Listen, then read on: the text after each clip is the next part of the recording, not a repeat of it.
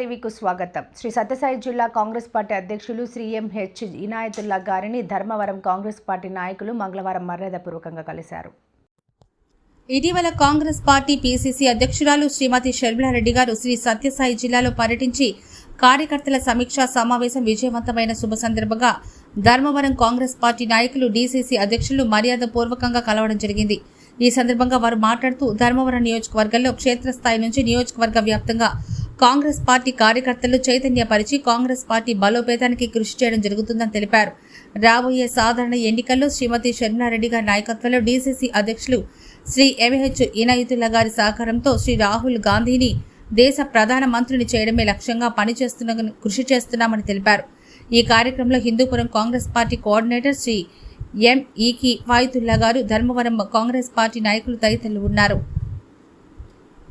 Shri MH Inayatullah గారు, DCC అధ్యక్షులు ఎంఈకి ఫాయితుల్లా గారు, హిందూపురం కాంగ్రెస్ పార్టీ కోఆర్డినేటర్, సత్యసాయి జిల్లా హిందూపురం.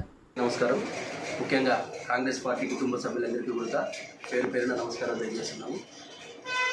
మేము ధర్మవరం నియోజకవర్గం నుంచి మా డీసీసీ గారి ఇనాయతుల్లా గారి నాయకత్వాన్ని బలపరిచే దిశగా మొన్న సర్వసభ్య సమావేశంలో మా అధినేత్రి షర్మిలారెడ్డి గారు సూచనల మేరకు పార్టీని గ్రామ స్థాయి నుంచి బూత్ స్థాయి నుంచి బలోపేతం చేసే దిశగా మేడం గారు ఇచ్చినటువంటి సూచనలను పాటిస్తూ అధిష్టాన నిర్ణయాన్ని గౌరవిస్తూ డీసీసీ గారికి సహకరించి జిల్లా పుట్టపర్తి సత్యసాయి జిల్లా వ్యాప్తంగా కాంగ్రెస్ పార్టీని బలోపేతం చేసి 2029లో రాహుల్ గాంధీ గారిని అఖండ భారతదేశానికి ప్రధానమంత్రిగా చూడాలనే సదుద్దేశంతో సంకల్పంతో మేమంతా కూడా కలిసికట్టుగా ఉండి ఎటువంటి సమస్యలు ఉన్నా ఏ రకమైన ఇబ్బందులు ఉన్నా కూడా సర్దుబాటు చేసుకొని పార్టీని బలోపేతం చేసి జనాల్లోకి కాంగ్రెస్ యొక్క విధానాలని సిద్ధాంతాలని బలోపేతం చేసే దిశగా మేము పార్టీకి పనిచేస్తూ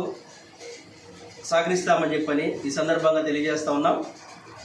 జై హింద్, జై కాంగ్రెస్, జై సోనియమ్మ, జై షర్మిలమ్మ.